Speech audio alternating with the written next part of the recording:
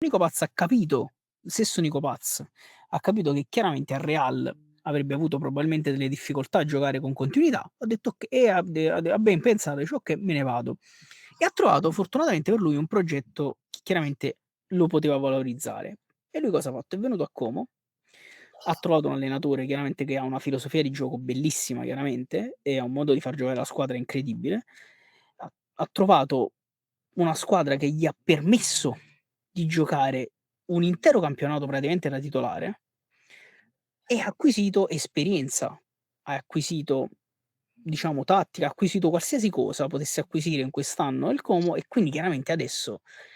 sia fatti fosse a terra l'anno scorso, con 1 anno di esperienza in più, ma quest'anno se resta, perché poi quest'ultima settimana dobbiamo un attimo capire se veramente resta, ma penso di sì, uhm, se lo mangerà questo campionato di Io Serie A, penso che con le se dovute difficoltà perché per carità, ma se lo mangerà il campionato di Serie A Nico Paz.